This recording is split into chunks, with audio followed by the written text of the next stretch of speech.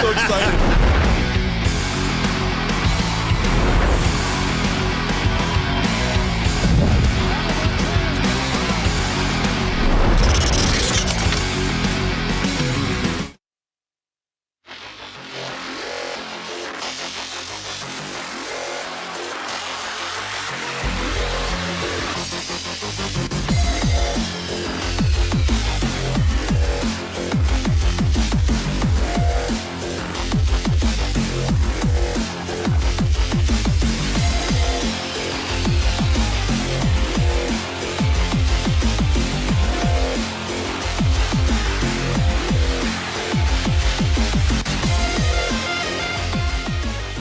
It's time for Two Guys and a Goalie with Dustin Nielson, Matt Kassian, and the goalie, Joaquin Gage.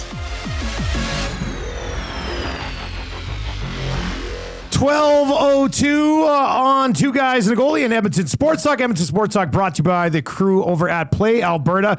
Check out playalberta.ca or download the Play Alberta app today. Click on EST Specials and you'll see everything that we've got going on for you over there. Two Guys and a Goalie is brought to you by GS Construction. For more than 5 decades, GS Construction has been proud to serve our communities and work alongside incredible people, helping Edmonton grow for over 50 years. Visit gsconstruction.ca for more details.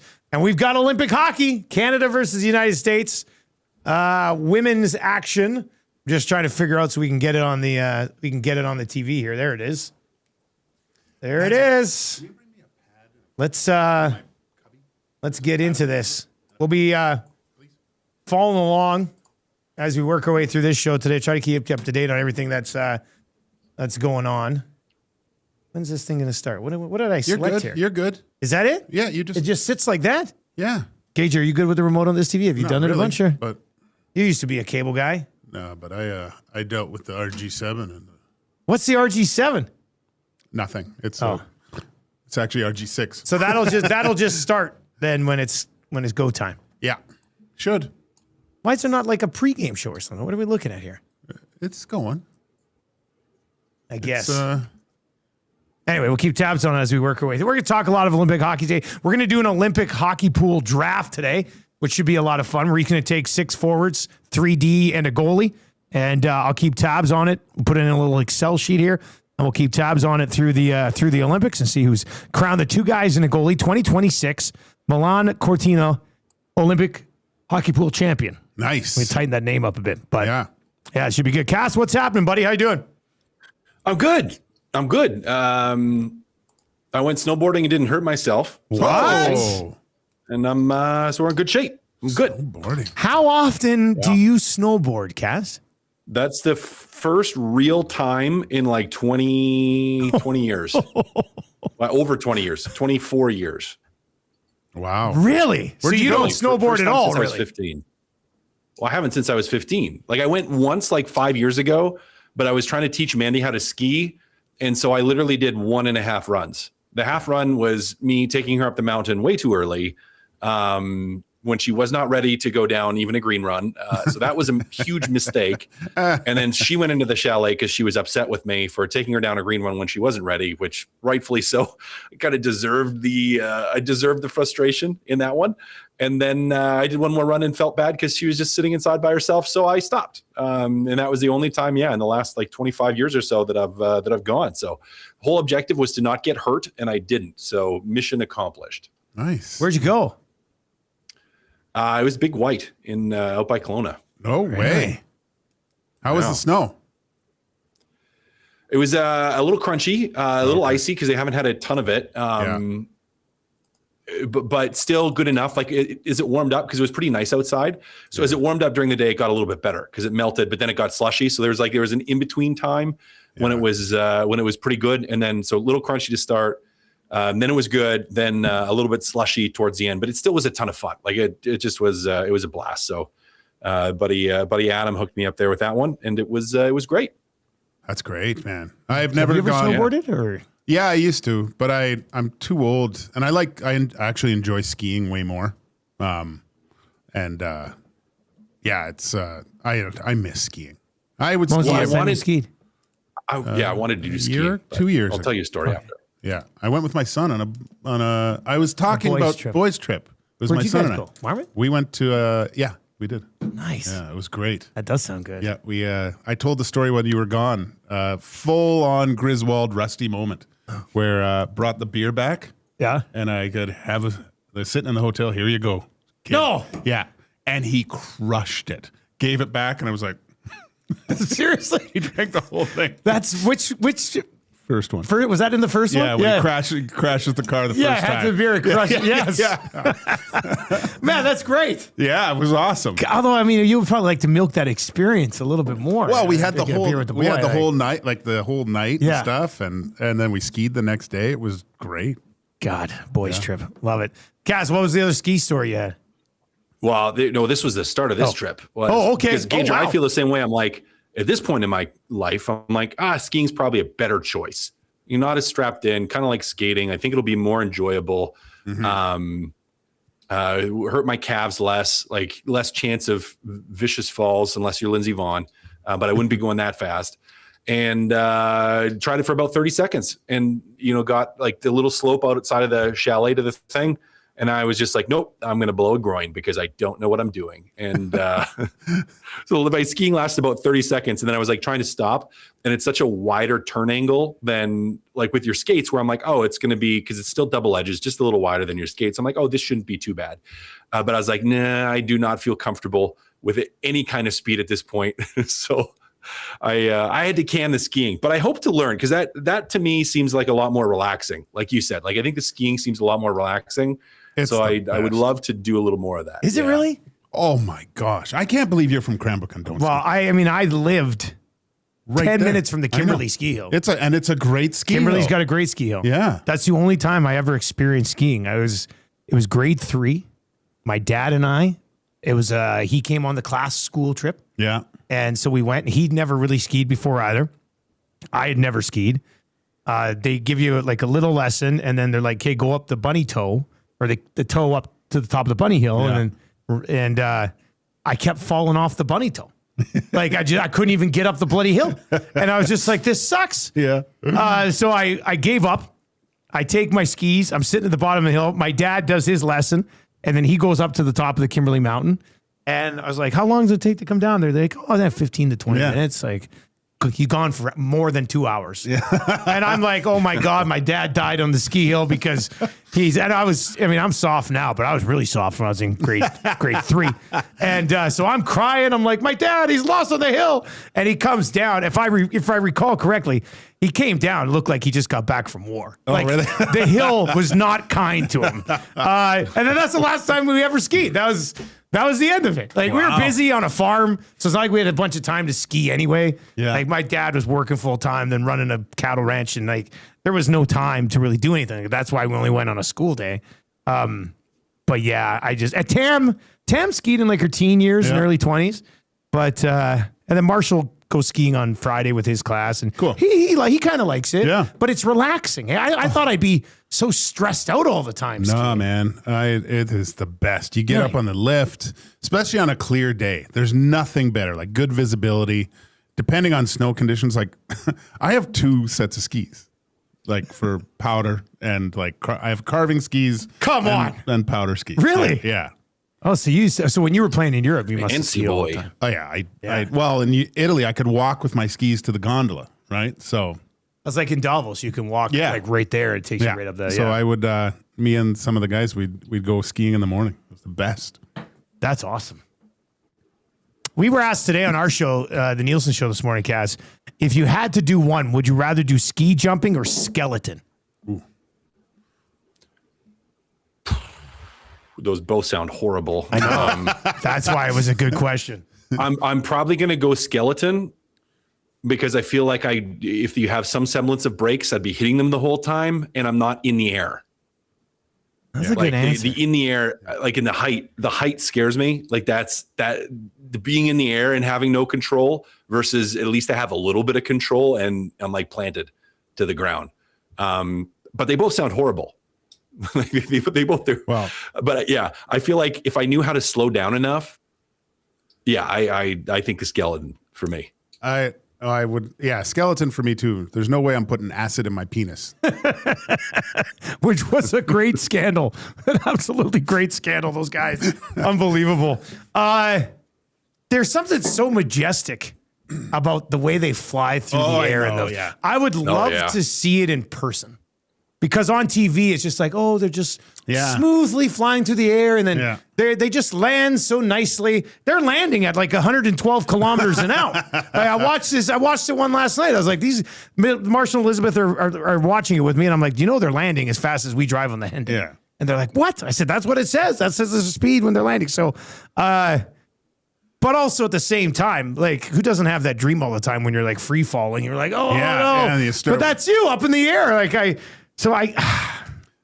mean, I don't know. Skeleton looks like it's scary as hell, though. Head first down. Head first. Also extremely, extremely, extremely fast. I mean, you're basically Griswold in Christmas Vacation, right? On the on the sled. On the sled. with the I forget what it was. The product he was developing.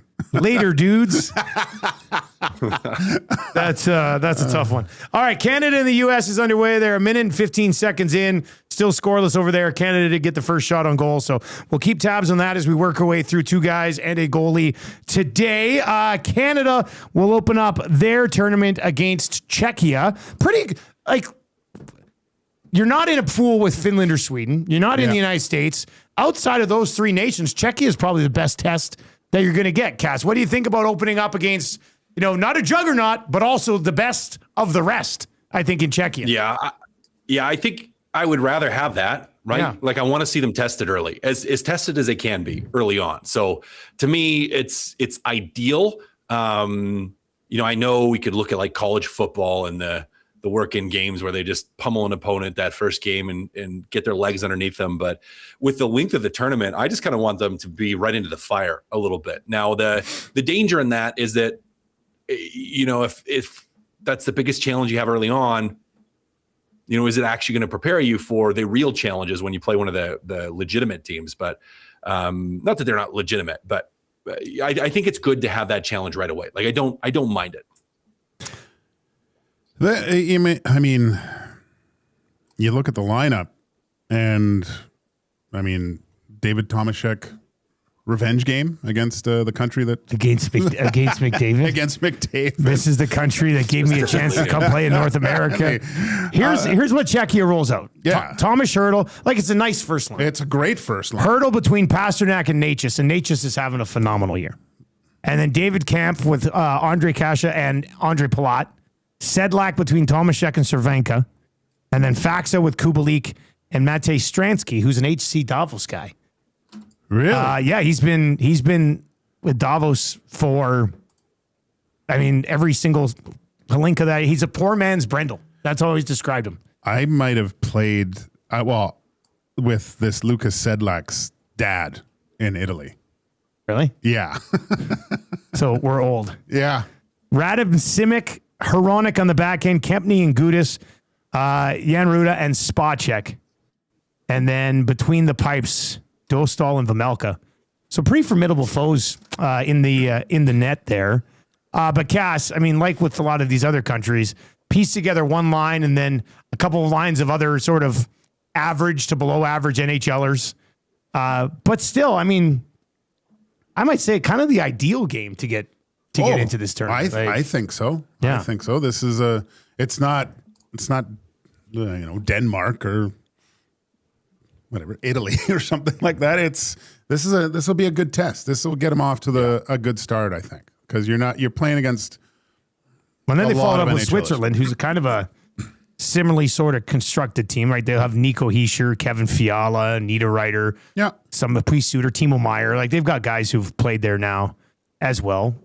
Canada, I guess we haven't chatted about this yet with you yet, Cass, but Canada, McDavid with Wilson and Celebrini, McKinnon, Marchand, and Suzuki, Crosby between Marner and Stone, Horvat with Reinhart and Hagel, and then Taves, Makar, Morrissey, Parayko, Doughty, and Harley, and then Theodore's with Sanheim, and we'll see how they sort out that bottom pair. But what did you think of Tom Wilson ending up on Connor McDavid's win with Macklin Celebrini on the other side? We've seen players like that work with him before. That to me is like ideal. which is I think why they're looking at that. You look at what Patrick Maroon did with Connor McDavid. Yeah. Right. Like, and for Tom Wilson, higher skilled, obviously, than Patrick Maroon, plays the game physical, is going to dig pucks out, goes to the net with his stick down. Is going to win battles around the net, try to find some loose change there. I mean, to me, it's a perfect line combination for McDavid. Like, you have extreme skill, and then you have some grit that's going to dig pucks out and find stuff around the net. Like, in that, you can't tell me looking at that line too, like that's three guys that play really competitively as well. Not that, I mean, and everybody does on Team Canada. It's not like you have anyone that's soft that we're like, oh, I don't know if that guy has a level of competition in his game. Like, they all compete, but just there's some dog in those three, all of them. So I think it's really good. But the Wilson in particular, just the level of play that he has around the front of the net, I think just complements McDavid very, very well. Gage, the one thing, and, Cass mentions Maroon, and we talked, they brought in Lucci's there for a little bit.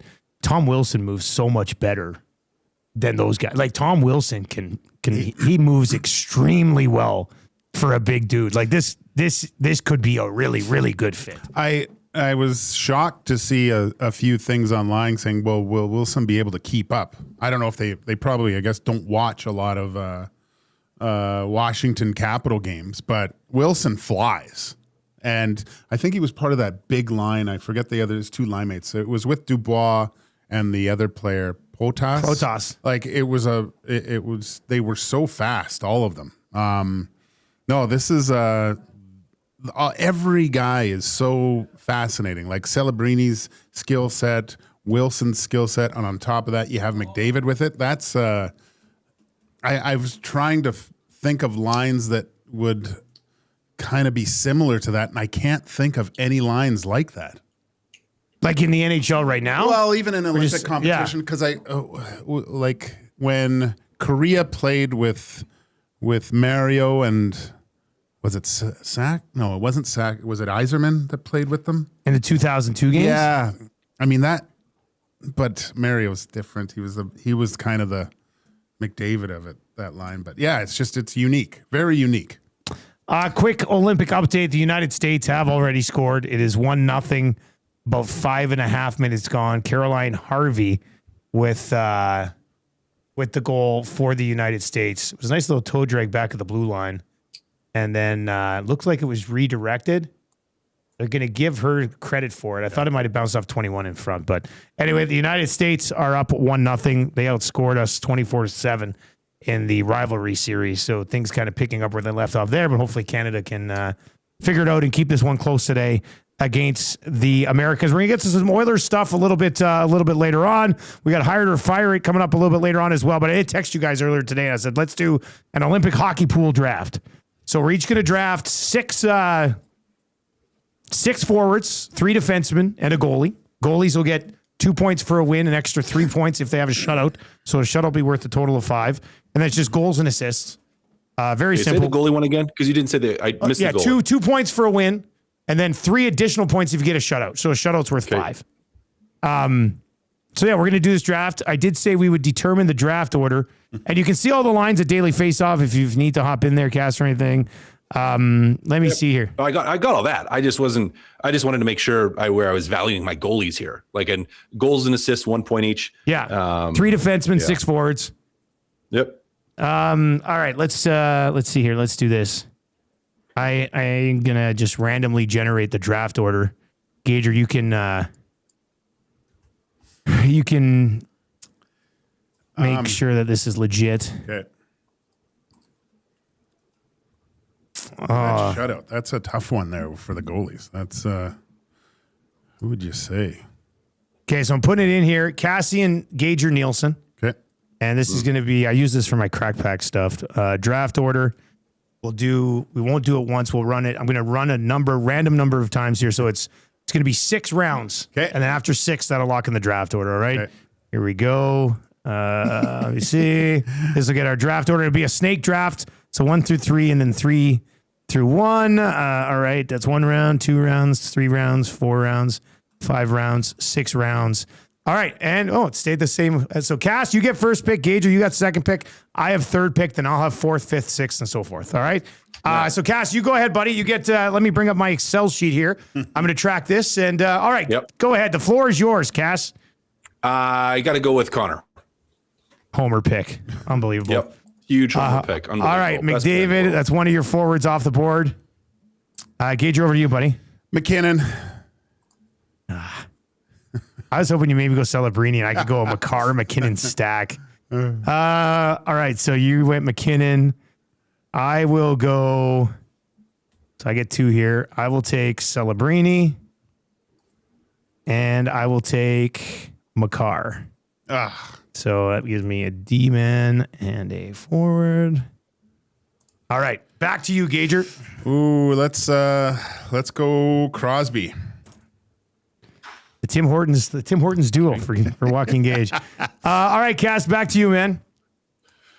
I'm gonna go Eichel. Jack Eichel. It's two of your six forwards, and you get another one, Cass. Oh, Eichel's interesting. He's going to be between the Kachucks. Yeah. And then who Matthews is with Boldy.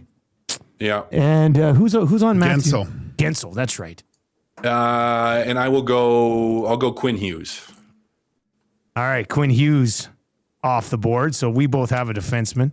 Gager, you started with McKinnon and Crosby. Where are you going to go next? I am going to go over to Sweden. Okay. And take Rasmus Dahlin. Another defenseman off the board. Interesting. Okay, I started Celebrini and Makar.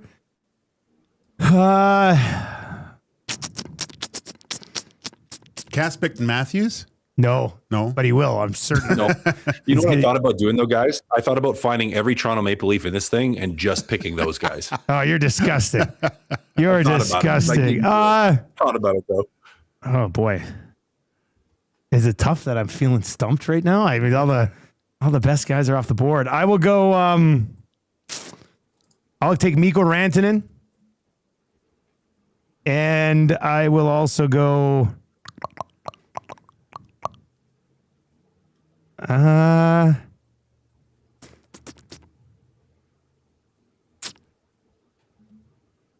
I'll take David Pasternak as well. Ooh. All right, Gage, you're back to you, buddy. Ooh, this is so man. Well, Rupe Hintz, I guess. Well, somebody in the chat says, no love for Szymanski.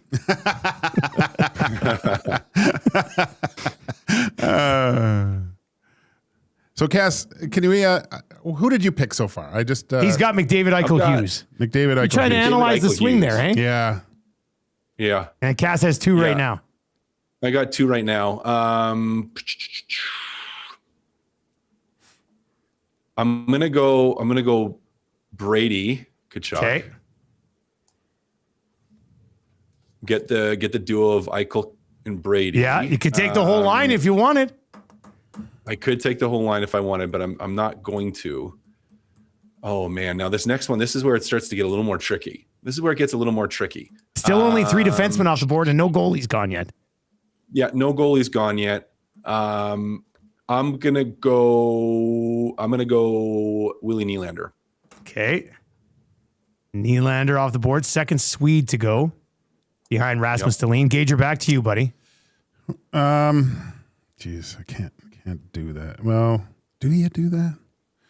No. I mean, he should be all right. It's a homer pick. Leon Draisaitl. I was hoping he's going to make the V. You bastard. I was sitting there. I was like, man, there's no way Leon makes it back to me. God. Nice work, Gager. Nice work. McKinnon, Crosby, Dahlin, Draisaitl, and Hintz.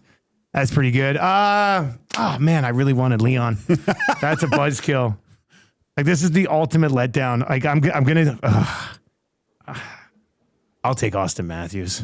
I hate myself. I hate myself right now. So gross. we need 6 forwards, right? 6 forwards. I'm also going to take Heiskanen. Oh, shoot. Ooh. All right. It's a Well, that slippery makes one. up for the I had Matthews him. pick a little bit. I I wanted guess. to sneak that one in there. Okay. Shoot. Sucks. This sucks too. I've got 4 forwards from 4 different teams. I don't know if I like this strategy. Oh God. Who are the start? Did they name a starter for the goalies yet? No. Binnington's, I think, going to get the first game. Yeah, but any other country? Like, do we? Well, I we would don't even assume know. Hellebuck probably starts for the U.S. Yeah, but what about Sweden? Like they have. I don't know. Who starts for Sweden? Probably. Gustafsson? Yeah, Gustafsson? No, that's a. I can't. So we're just thinking shutouts for these goalies. Wins right? and shutouts. Wins and shutouts. Wins and shutouts. Yeah, wins still Okay. count too. It's just goals, assists, and then wins and shutouts.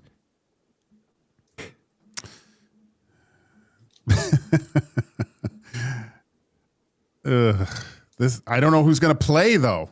The goalie's the toughest one so far. Goalie is a Well, tough one. do we want to say we could do this? Draft team goalies. So you just get Canadian goalies. So you get the Canadian points, or you get American. But what do you think, Cass? Are you opposed to that? No, I like having to take a risk on. Yeah, Okay, let's take all the right, risk. okay. Let's. Okay, Take I a was just risk trying to on help the you guys one guy. out. I don't know you know this, Dusty, but my middle name's Danger. Well, I'm gonna go the Wall of St. Paul then. He's on the team, right? Yes, for Gustafsson? Wallstead? Yeah, Yeah, I don't know if he starts, Wallstead. but might have just ruined your entire pick. I might have, but it's a chance, right? Yeah, you know, you're right. All right, so Wallstead goes. Back to you, Cass. Yeah. I'm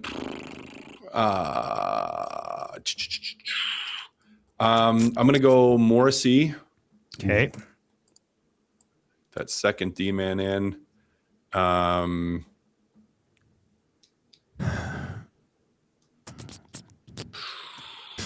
This is where a little bit more tricky. The U.S. Where is he playing?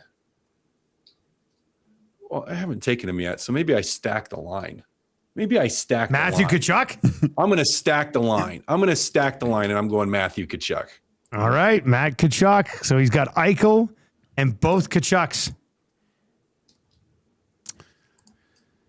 I'll go Zach Rowanski. That's And a good you one. sniped me a couple times now.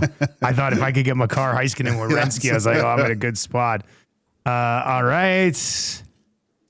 Okay, I will go. Is this the first ever draft on two guys? Oh, we did drafts back in the day. We did a goalie mass draft one time. Yeah, that's I true. remember doing the goalie mass draft. That was a lot of fun. All right, I will go.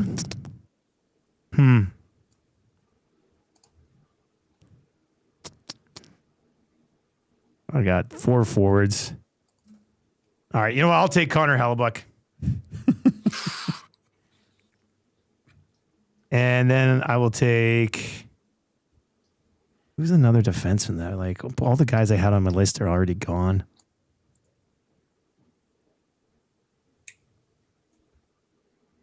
Trying to think, would you rather take a guy that like Roman Josi, for example? But they're probably going to get 5 games, maybe. He's going to play a lot. He's going to play a lot, In the power play. but he's not going to be probably in the semifinal or the gold medal No. game.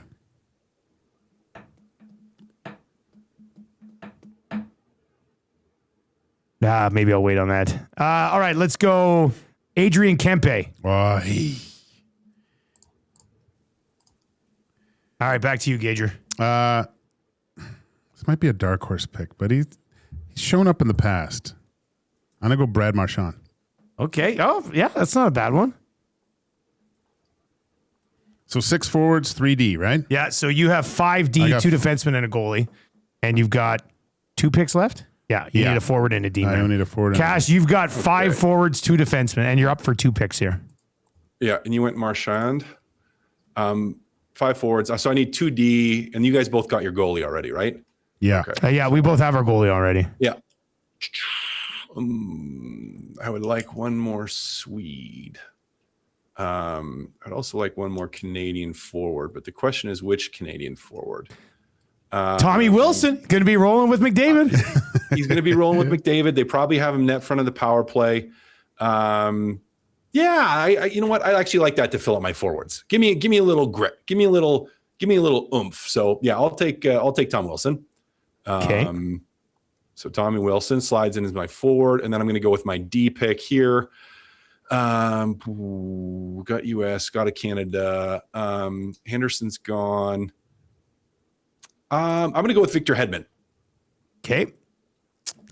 A little Victor Hedman there. Okay, back to Gager. Gager, you need a D-man or a forward? God, I'm just playing the odds here. If it equals out, because Quinn Hughes goes nuts, he's playing with McAvoy. I'm going to go Charlie McAvoy. Okay. All right, and then I've got my last two picks here. I will go. Need a defenseman still. I'm gonna throw it back here a bit and take Erik Karlsson on the Swedes' second I thought power about that play one unit. too. Yeah. Might have one last good Olympic tournament in him. So I got Heiskanen, Makar, and Karlsson. And then my final forward, I'm torn on a couple here. And you know what's funny is they're both listed to play second line right wing for their respective nations. I want to go Matt Boldy or Nick Suzuki.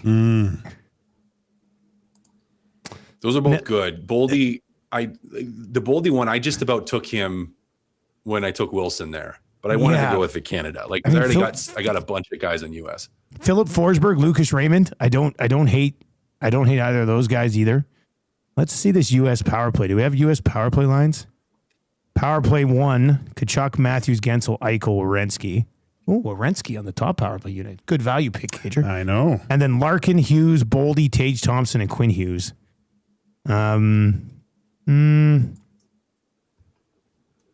Maybe. Might be talking myself out of this. I don't think Suzuki's. Is he on the second power play unit? No, he's not even on the second power play unit. Oh, you know who's? I hate now. I'm going away from both of those guys. Now I'm thinking about two other guys. Now I'm thinking about Philip Forsberg.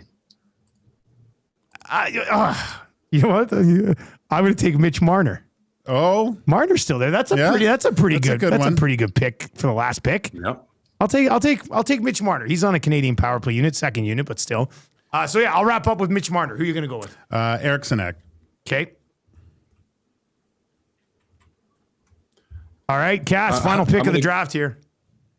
I'm gonna try to push Gage out here, and not because I don't know which Canadian goalie is actually going to stay in net. So I'm going to go with Philip Gustafsson.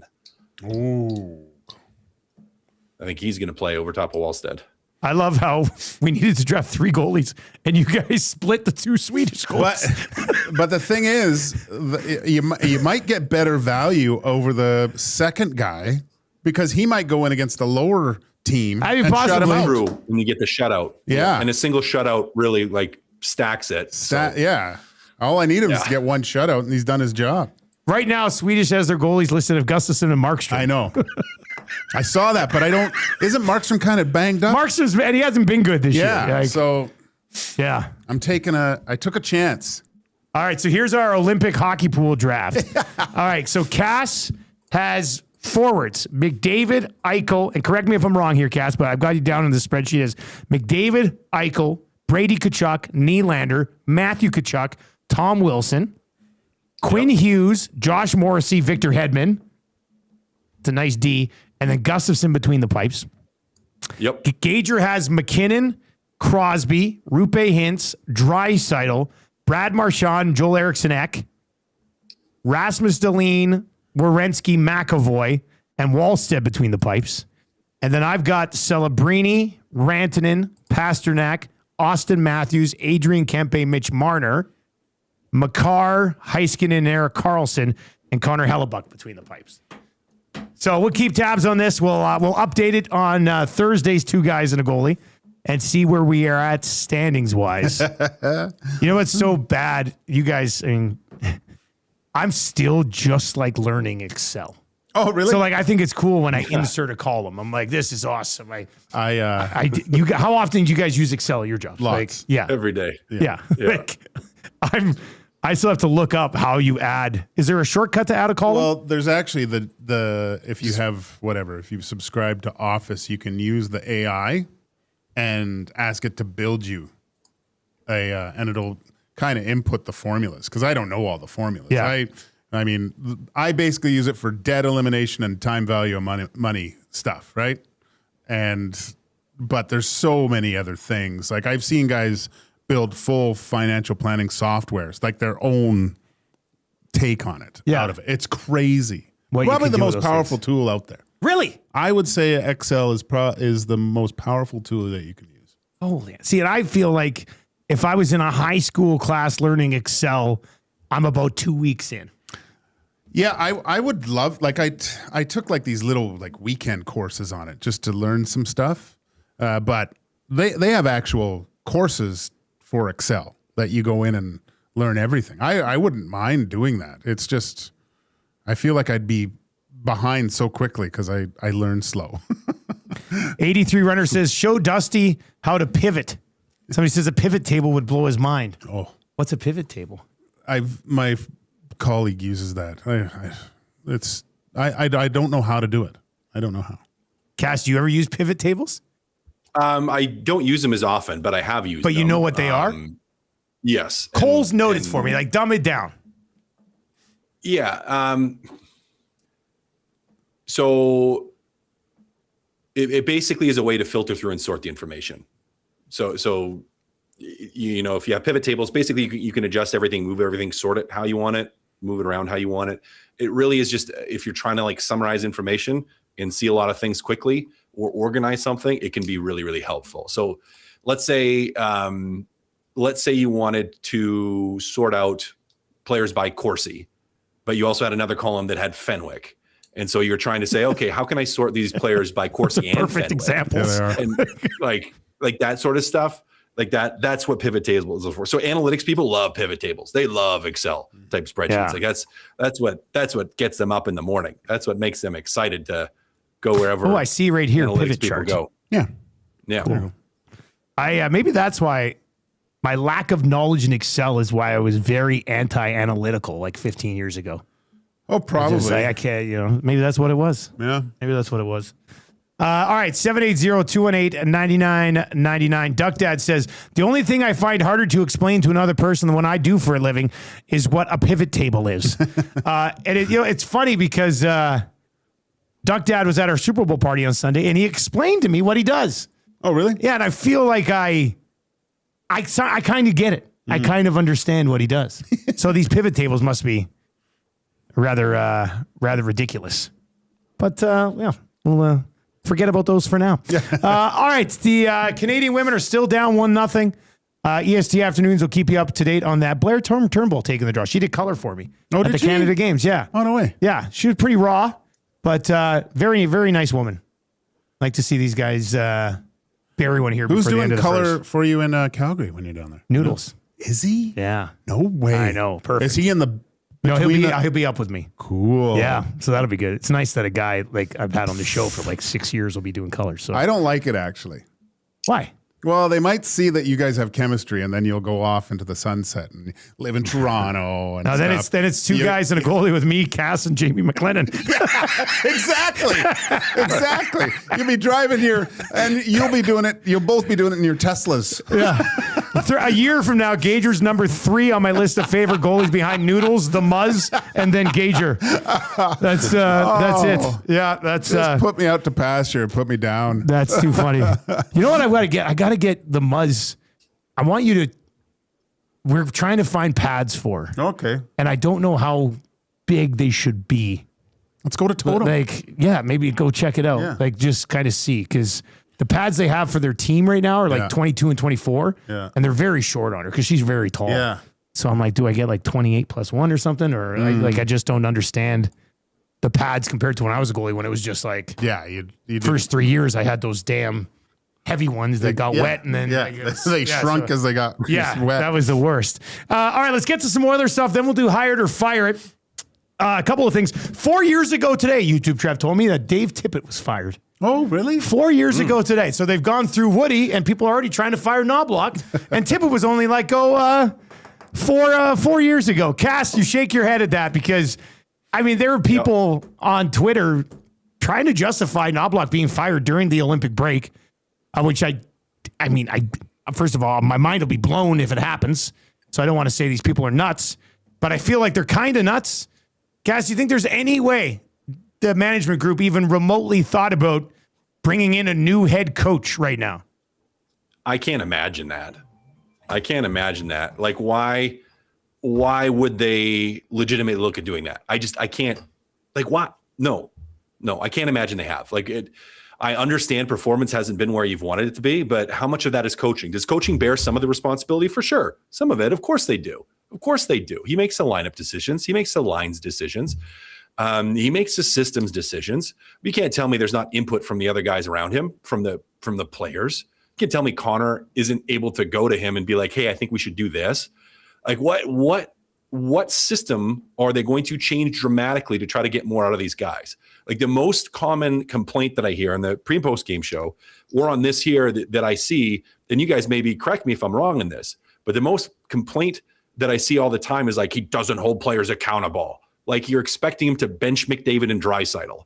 I truly believe that the ire towards this right now is because Stuart Skinner is gone, and that was the scapegoat for everything. And if Stuart Skinner's not here anymore, well, we can't blame the two new goaltenders because then we'd have to look at something else. And we're not going to blame McDavid and Draisaitl, so we're going to start to look at the coaching. Like, that's it. Just to me, there's that frustration outlet always for a lot of people. And right now that ire has been turned towards coaching because they're like, well, what else could it be? It's not necessarily towards Bowman, which I'm like, okay, we're not hearing Bowman's going to get fired. But if you're going to raise the ire right now, I'd go, well, it's more likely towards Bowman than to Knoblauch. For me, if I'm saying, hey, if we're going to legitimately look and say, this is what the organization has done well, this is what the team has done well, we kind of have to say, okay, well, there's some personnel questions that we would have, I think, before coaching questions for me. 100%. Anyways. 100%. And do I think either of them should get fired? No. So I don't know. I just, no, there's no way. I mean, could it happen? Of course, it's within the realm of possibilities, but it's highly unlikely. I don't think it happens, and I don't think it should happen either. Well, and it's directly because of the goaltending change, right? And two new guys come, and everyone here has been saying, and it's what Oilers fans have been mentioning. Colorado did it. They got two new goalies. Edmonton went and got two new goalies, and it's still the same result. So it's like, well, if it's not the goalie. So now they're on to the next. It's okay. the system. It's the defensive system. Who's responsible for the defensive system? The coaching. Is that the reason they're giving up all these chances? They're not coaching these guys properly. And I think that's why they're getting the brunt of everyone's their focus on why this team isn't performing the way they think it should. When, I mean, Leon said it. He said it best. They're not the same team. And everyone needs to kind of reset and refocus and start again here because they're not getting the proper efforts from every part of the organization right now. And he said it from the top down. The construction of the team's wrong. Maybe even the coaching, that something has to change. Something's not working. And the play of everyone on the whole has to get better. So he didn't mean to do it, but when he mentioned the coaches in his kind of rant there at the end, and then you go into the dark, like as an organization. I know, yeah. Like the fan base is like, well, Leon brought up that the coaches need to be better as well. And which is not what he was trying to do. He's talked with Rashog over at the Olympics about it. Like, but in a market like this, when a guy of that stature mentions anything, and he went at the goaltending, he went at himself, and he went at the top guys, but then he also said, and it starts with coaching. It's kind of put it in this spotlight when they don't have a game to play that'll take our mind off of what he said, right? It's kind of tough timing to drop that out there, but I think there's too much reading into that comment by people in the city that are kind of now thinking it's actually going to happen when it's don't you remember happen. Don't you remember the summer, and the biggest thing was Connor McDavid's contract, and every single word he said, like 3-word sentences, and we dissected the crap out of that, the entire time.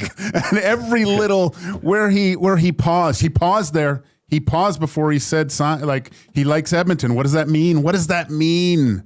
So we're looking a little bit too far into every syllable that these guys utter. Sean texts in, listening probably online at TuneIn or iHeart. Tell your friend Sean, very easy to stream the station all day. Of course we can blame the new goalies. Ingram has been good considering where he came from, and Yari has been less than satisfactory. This team hasn't won more than 3 straight games with these coaching changes, so that is something that they need to talk about and figure out over the Olympic break. Now, he does make a point. They haven't won 3 in a row with this current staff. Not Knoblauch, but with the current staff. Cass, let me ask you this. When you lose Gulletson and you make these changes and you bring in some new faces and Coffey's gone and all that stuff, I mean, it's still Knoblauch, but there's a lot of different voices that you could be talking to as a player. How much do those other guys impact things for a team? A lot. Right. Like, of course, they have a high level of impact. Now, assistant coaches, you're not all the time. It depends what the responsibilities are and how they're split up between the staff. But assistant coaches, sometimes you're supposed to just be the listening ear, the happy, excited one, bringing the energy, depending on the head coach and the personalities. Like sometimes it's kind of good cop, bad cop. In some ways, you have one more stern, one that's a little more approachable. Now, Knoblauch doesn't strike me as someone who's not approachable. But even then, the assistant coaches, there's just maybe a little more interaction in between the individual players and the head coach, and not all the time. And again, different coaching staffs are different to it. But do they have? Of course, they have influence and impact. Gulletson. I mean, you can't really worry about that one. I mean, he had an opportunity to go, so he's going to go.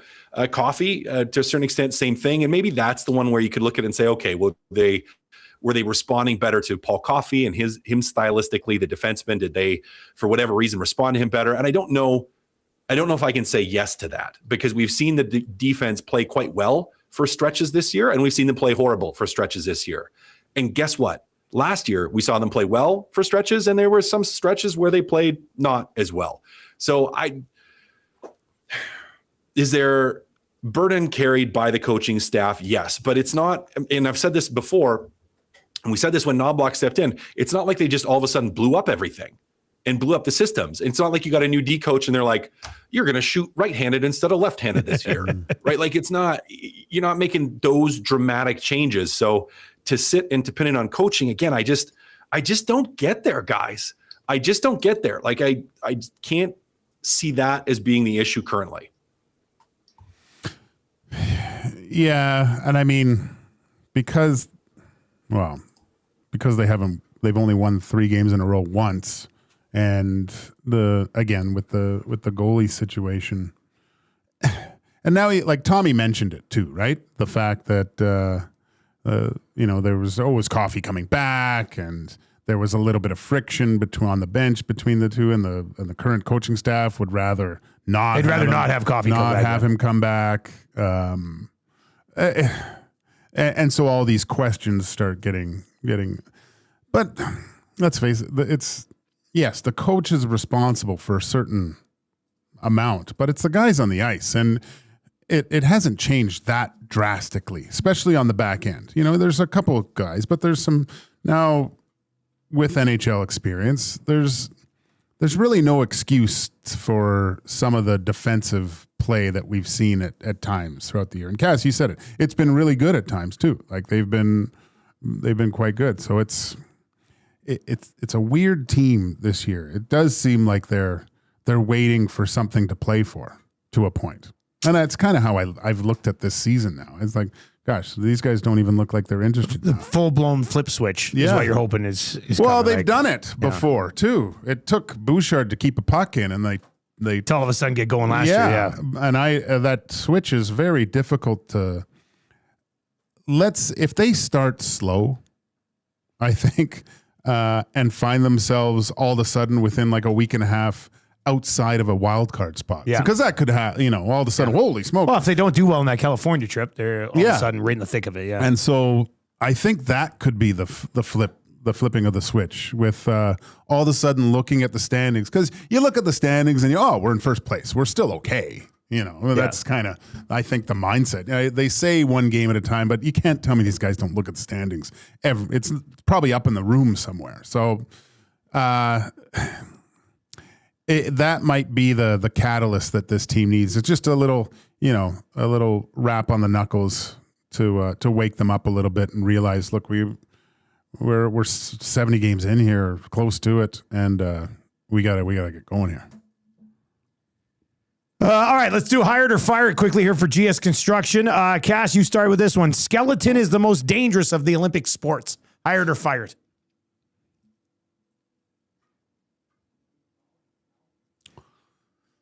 What, is he in a classic mute? I am in a classic mute. That's a tough. Is it the most dangerous one? I mean, with how fast they get going skiing, like those. Yeah, no, I gotta fire it. I gotta fire it. Like those skiing and those crashes. Like I think, I'm gonna fire it. I don't think so. It's up there though. Yeah, I'm gonna go. Oof. I mean, biathlon, you could shoot somebody by accident, but I don't think that happens. I'm gonna go downhill skiing. Stan Bowman will make at least 2 trades prior to the deadline. Hire it or fire it? I'm going to fire it. You don't think he makes even 2 trades? No. How's he supposed to make a trade with no movements? Hey, no one's going anywhere. Money in, money out, no movements all over the place. Not ideal. Not ideal. Fire it. He maybe gets 1. Oh, maybe. Man, this deadline's going to suck. Ooh, is he going to feel the heat? The Oilers will sign a non-NHL player who plays in the Olympics this offseason. Hire it. You know it's coming, right? They've already done it once. Yeah, That's the thing. I mean, there's go watch the Slovakia-Switzerland game. There's a future Oiler on there somewhere. Bob's in Slovenia right now. That's it. That's all I got on that one. Looking for the next Kopitar. Yeah. Cass, did you watch the Super Bowl? Did you watch the halftime show? I didn't watch the halftime show because I don't speak Spanish. So I was like, I don't know what's going on or what's being said. And I don't necessarily need to. And I don't know if there was, but I'm like, I don't necessarily need my daughters to see people gyrating provocatively. There was a few butts being shaken. Yeah. So I'm like, I passed on that. So I watched the rest of the game though. I'm sorry about that. Yeah. Hey, I still like. Hey, I like watching. I'm a defense football guy. Like, yes, well, then that's fun, understandable. But I also like seeing defenses just roll and being like, hey, this is what they're doing, and the offense is making these tweaks and changes, and they just can't sort it out. Like I don't know. Call it boring or whatever, but I'm like, sometimes those defensive battles can be really fun too because it's so tight. So now the game wasn't as close as I would have liked because it would have been a little more, drama maybe, but I still like defensive football. Like, so I still had fun. I wish I had Myers rookie card collection. 5 field goals. Yeah, would have been through the roof. Yeah, that would have been pretty good. All right, so we will be back on Thursday. What time's Canada? What time do the men play on Thursday? Is it like that this same window? It's in the morning, isn't it? 8:40 in the morning. Okay, so we'll have a game to recap. Yeah, which will be a lot of fun actually on Thursday, and we'll have a hockey pool to update. So that'll be good too. What's coming up in EST afternoons there, Coop? Lots of Olympic discussion, of course. Day 1 of CFL free agency. We'll dive into that. Hernan's got his notices. We'll go around the world of sports, but we'll continue updating you on the Canada versus USA action going on right now. 2-0 United States. Second goal, I guess, was pretty nice. We'll continue to preview Thursday's game, too. Diving into the lineups and all that, and all the scuttlebutt around the Oilers and all that. It was a pretty bad defensively structured for the Canadian team on that second goal. Was it on the Maybe second goal? Nanso will do a little highlights. I was going to say, we had highlights. I don't think we're allowed to play anything with the Olympics. Oh, I guess. I'm surprised we're even allowed to talk about it. You guys could draw a picture of what happened and break it down from there. Yeah, that'll be good. Anyone got some crayons? All right, that's right? good. Well, we can. I guess you could. Maybe you could use AI. Olympics might have control over that too. Yeah. That's going to do it for Two Guys and Goalie. For Matt Kassian, Joaquin Gage, I'm Dustin Nielson. I'll be back tomorrow morning, 6 o'clock on 95.7 Cruise FM and all of our online platforms with the Nielsen Show. EST Afternoons is on the way, and then the Reed Wilkins Show from 3 until 6. That's coming up as well.